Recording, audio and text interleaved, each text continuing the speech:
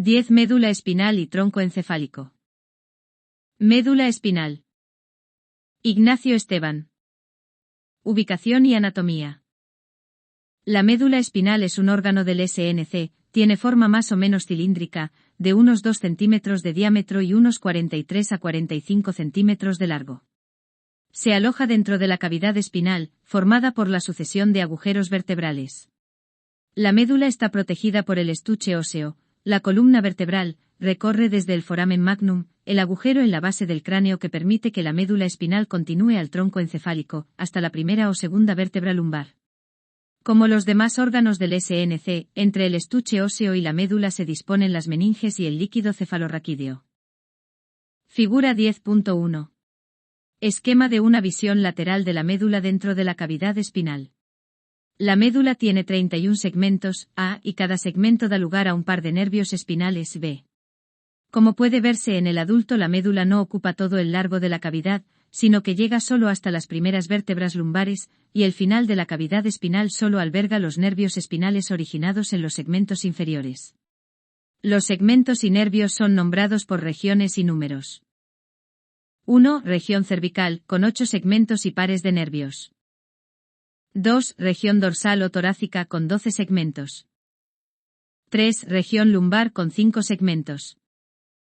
4. Región sacra con 5 segmentos. 5. Región coccígea, 1 segmento.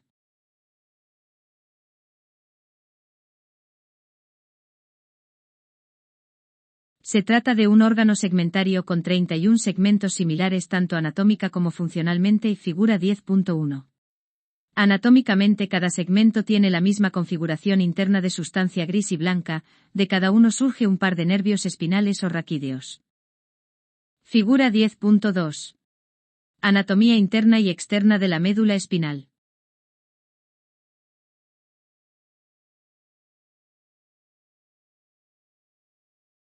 Ver el texto por las referencias. En un corte transversal de la médula espinal, figura 10.2, puede observarse la disposición interna de la sustancia gris, 1 formando una H con 2 astas anteriores más voluminosas, A, y 2 posteriores, B, unidas a través de la comisura gris, donde se encuentra el epéndimo, 3. En algunas regiones de la médula existe otro par de astas, denominadas laterales. La sustancia blanca es periférica, 2. Esta configuración se repite a lo largo de los distintos segmentos y diferencia la médula espinal de otros órganos del SNC. Cada segmento de médula espinal da origen a un par de nervios espinales o raquídeos, 4. De la médula espinal surgen raíces que se juntan antes de salir de la cavidad espinal formando los 31 pares de nervios raquídeos. Hay raíces posteriores o dorsales X, donde se encuentra un ganglio raquídeo, y raíces anteriores o ventrales Z. La médula espinal ubicada en la cavidad espinal está protegida por la columna vertebral. Además, entre ambos se disponen las meninges E5, también con función de protección de adentro hacia afuera están, O pia madre, P aracnoides, Q dura madre. Por el espacio subaracnoideo por fuera de la pia madre, circula el líquido cefalorraquídeo. Fisiología. Funcionalmente, la médula espinal es el centro de procesamiento y relevo de información proveniente de la periferia y de los órganos superiores del SNC, enviando información hacia la periferia y de manera ascendente hacia otros órganos del SNC. Cada segmento de médula origina 2 nervios raquídeos o espinales, compuestos por los axones de neuronas sensitivas y motoras, tanto del sistema nervioso somático como del autónomo. A través de estos nervios cada segmento medular se relaciona con un territorio específico. Un territorio sensitivo denominado dermatoma, inervado por las neuronas sensitivas que traen información a ese segmento. Un territorio motor, al que llevan información las neuronas motoras de ese segmento, que se denomina miotoma. Los segmentos superiores se relacionan con territorios superiores del cuerpo y los inferiores con las partes bajas, los segmentos cervicales inervan el cuello y brazos, mientras que los segmentos lumbares hacen lo correspondiente en las extremidades inferiores, por lo que las lesiones que comprometen porciones superiores de la médula afectan más funciones. La información sensorial llega a la médula por las neuronas sensitivas, cuyo soma se encuentra en los ganglios raquídeos, ingresando a la médula espinal a través de las raíces posteriores. La información sensorial que recibe la médula es procesada allí para elaborar respuestas sencillas, los actos reflejos, y enviada de manera ascendente hacia estructuras superiores del SNC. El soma de las neuronas motoras se encuentra en las astas anteriores de la sustancia gris. Estas neuronas envían información de manera eferente por las raíces anteriores hacia los órganos encargados de ejecutar las respuestas controladas por el sistema nervioso. Las neuronas motoras reciben información tanto desde las neuronas sensitivas del propio segmento medular, en el caso de los actos reflejos, como información descendente desde neuronas ubicadas en órganos centrales superiores, en el caso de comportamientos complejos y voluntarios. Se considera que la mitad anterior de la médula espinal tiene función motora, mientras que la posterior tiene función sensitiva, figura 10.3. A su vez, la mitad derecha de la médula se comunica con la mitad derecha del cuerpo, mientras que la mitad izquierda los hace con la mitad izquierda, figura 10.3. Figura 10.3. Corte transversal de la médula espinal, A. Surco medio posterior, B. Surco posterior lateral derecho, C. Surco anterolateral derecho, D. Cisura media anterior. La mitad anterior de la médula espinal tiene función motora mientras que la mitad posterior es sensitiva.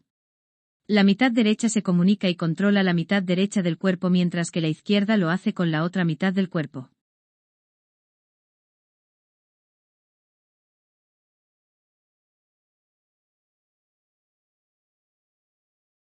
La sustancia blanca periférica conduce a la información en sentido vertical. Una función de la médula espinal es el pasaje de vías, tanto motoras, descendentes como sensitivas, ascendentes.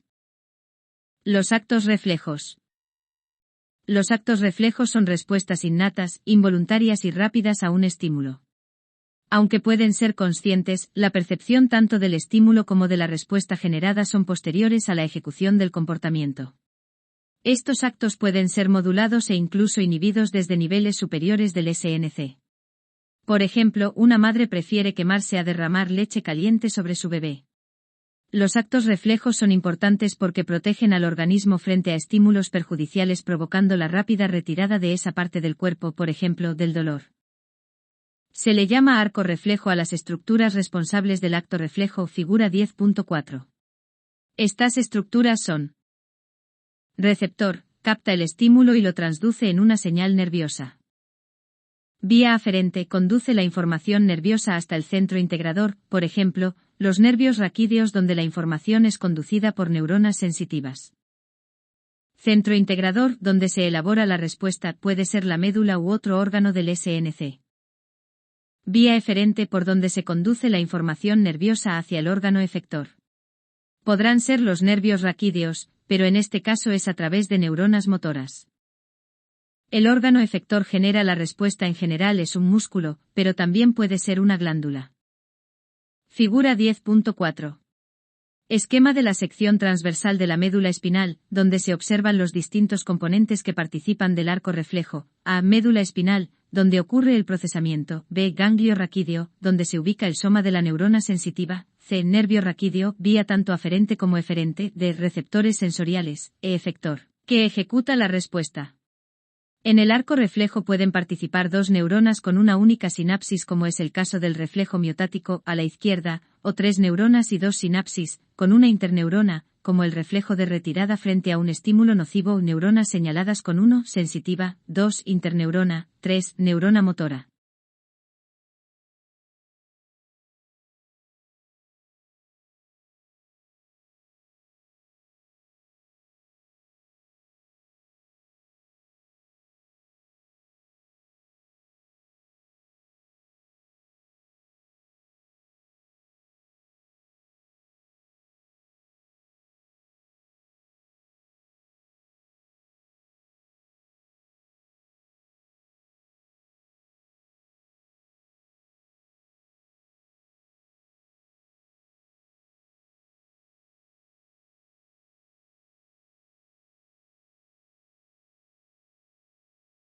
En el esquema representado en la figura 10.4, solo participa un músculo como efector, pero la mayoría de las respuestas reflejas son más complejas. Para levantar el pie al pisar un abrojo es necesaria la contracción de varios músculos, pero también la relajación de otros, acompañado además con movimientos del tronco y otras partes del cuerpo necesarias para mantener la postura y el equilibrio.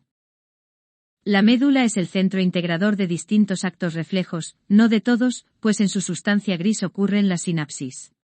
Según el reflejo del que se trate, participan 2 o 3 neuronas con las correspondientes sinapsis, figura 10.4, mitad izquierda y derecha. 10.4, solo participa un músculo como efector, pero la mayoría de las respuestas reflejas son más complejas. Para levantar el pie al pisar un abrojo es necesaria la contracción de varios músculos, pero también la relajación de otros, acompañado además con movimientos del tronco y otras partes del cuerpo necesarias para mantener la postura y el equilibrio. Lesiones de la médula espinal y células madre. La médula espinal es un órgano blando, por lo que es fundamental la protección de la columna vertebral. Sin embargo, las vértebras se pueden romper o dislocar provocando lesiones a la médula espinal. El segmento medular lesionado y la gravedad de la lesión determinarán las funciones afectadas y la magnitud de la afección. El resultado más probable de una lesión a nivel cervical es la parálisis de la mayor parte del cuerpo, incluyendo tanto las extremidades superiores y las inferiores, tetraplegia, mientras que una lesión en la porción dorsal o lumbar causará parálisis de la mitad inferior del cuerpo, paraplegia. Otra lesión frecuente es que las vértebras compriman un nervio, por lo que se afectará solo la región corporal inervada por el mismo. Tronco encefálico. Paul Ruiz. El tronco o tallo encefálico se encuentra limitado en la parte inferior por la médula espinal, en la superior por el diencéfalo y posterior por el cuarto ventrículo. El tronco reúne un gran número de circuitos neuronales para controlar, entre otras funciones, la respiración, la función cardíaca, la función gastrointestinal, movimientos oculares, sostén del cuerpo contra la gravedad. Se encuentra conectado al cerebro a través de los pedúnculos cerebrales y con el cerebelo a través de los pedúnculos cerebelosos, lo cual permite la integración de las funciones y el pasaje de la información. Figura 10.5. Cara interna de encéfalo.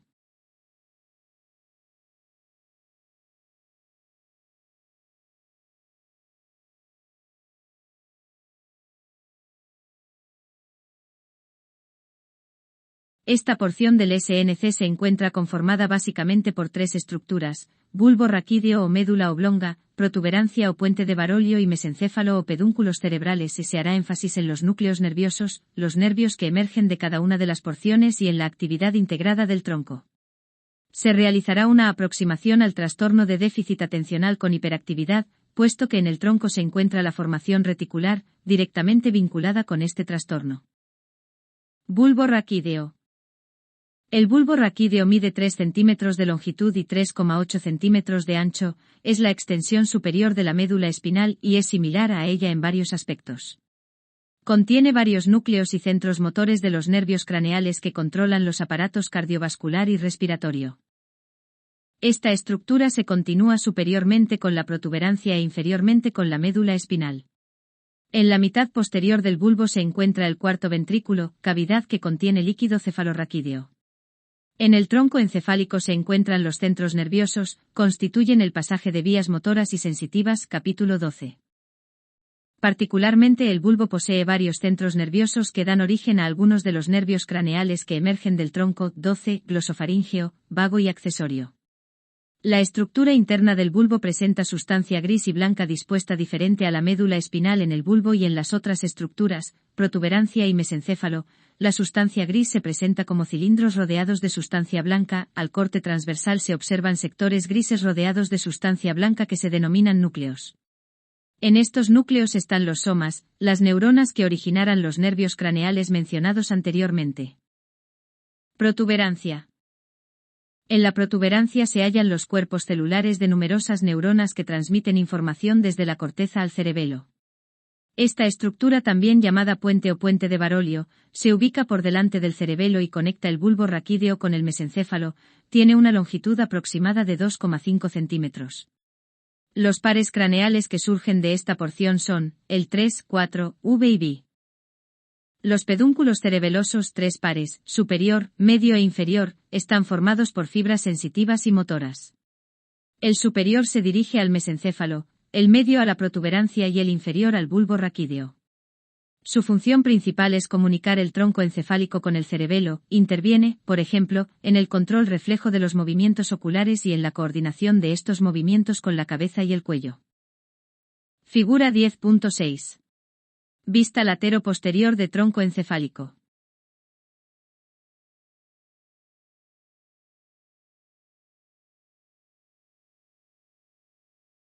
Mesencéfalo. Es de gran importancia en los movimientos oculares y el control de la postura no consciente. En lo que respecta al sistema de protección, amortiguación, nutrición, a este nivel se encuentra el acueducto cerebral o de Silvio que conecta el tercer y el cuarto ventrículo, contiene líquido cefalorraquídeo en su interior. En lo que respecta a los nervios espinales, el par 4 emergen en la línea media de esta estructura. Principales funciones del tronco encefálico. Las estructuras que conforman el tronco encefálico poseen básicamente dos funciones: el pasaje de vías motoras y sensitivas y la existencia de centros nerviosos que controlan actividades autónomas vitales y actividad cardíaca, respiratoria, digestiva, etc. Es una estructura por la que pasan las fibras ascendentes procedentes de la médula espinal y las descendentes que se dirigen a esta. Estas fibras establecen conexiones a diferentes niveles con las neuronas de la formación reticular y con las neuronas de los diferentes núcleos del tronco, permitiendo el funcionamiento de los reflejos autónomos. Además, contribuye la integración con el cerebro y cerebelo. El tronco encefálico contiene los núcleos grises de los cuales se originan los nervios craneales, por lo cual la función de cada uno de ellos puede ser atribuida a las funciones del tronco. Por ejemplo, el nervio vago X regula el funcionamiento de las vísceras. Los pares craneales son 12, los 2 primeros se originan en el cerebro y los 10 siguientes en el tronco encefálico. Los que se encuentran en el tronco son: el motor ocular común o troclear 3, patético 4, trigémino, V, motor ocular externo o abducens B, facial 7, auditivo o vestibulococlear 7, glosofaríngeo 9, vago X, espinal o accesorio 11 e hipogloso 12. Si se afecta específicamente nervios craneales puede generar hemiplegia, parálisis, afección de reflejos, entre otros problemas a nivel de la zona o región que inerve el nervio afectado.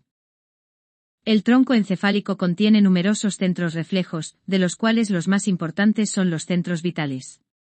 Estos centros son esenciales para la vida porque controlan la actividad respiratoria, cardíaca y vasomotora. Además de estos, el tronco contiene otros centros que controlan la tos, el estornudo, el hipo, el vómito, la succión y la deglución. La formación reticular es necesaria para el inicio y mantenimiento del estado de vigilia y conciencia, junto a otras estructuras.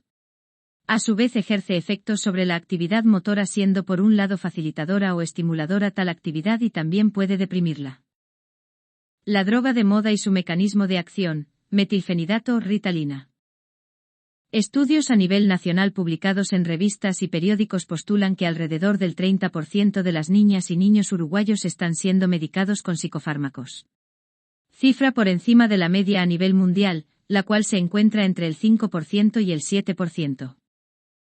Con frecuencia se recetan medicamentos estimulantes, como el metilfenidato y las anfetaminas, para tratar el trastorno de déficit de atención con hiperactividad, TDA. Este trastorno se caracteriza por un patrón persistente de inatención o hiperactividad e impulsividad. Este patrón de comportamiento generalmente surge en los años preescolares o al principio de la escuela primaria. En la mayoría de los casos los síntomas del TDA mejoran en la adolescencia o en la edad adulta, pero el trastorno puede subsistir o presentarse en adultos. El mecanismo de acción de la droga es a través del bloqueo de la recaptación de noradrenalina y dopamina en la neurona presináptica y aumenta la liberación de estas aminas al espacio extraneuronal. Estas drogas simpaticomiméticas estimulan al sistema nervioso simpático, SNS, ejercen efectos sobre los receptores noradrenérgicos periféricos y también poseen efectos sobre el SNC estimulando el centro respiratorio vulvar, actuando sobre la corteza cerebral, y se discute su acción de estimulación sobre el sistema activador de la formación reticular. De esta forma se genera el efecto paradójico de tranquilizar a los hiperactivos, a causa de que el TDA se asocia comúnmente con hiperactividad y sería esperable que los estimulantes exacerben esos síntomas. Sin embargo, sucede lo opuesto y eso se explica por el hecho de que la estimulación del SNS también posee como efecto un aumento en la capacidad de concentración a través del aumento de la atención. En el área de la salud se hace relevante cuestionar la naturalización con que se vive el consumo de psicofármacos, ya que la medicalización podría ser considerada por algunos autores como una tecnología aplicada para el control de los cuerpos, tecnologías del yo de Foucault. En este contexto es importante saber para qué sirven estas drogas y cómo actúan, pero no es menos importante mantener una actitud crítica ante ellas. Actividades.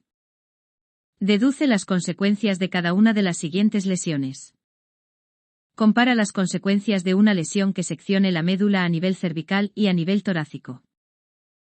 Indica en orden los componentes del arco reflejo, terminando en la respuesta. Respuesta.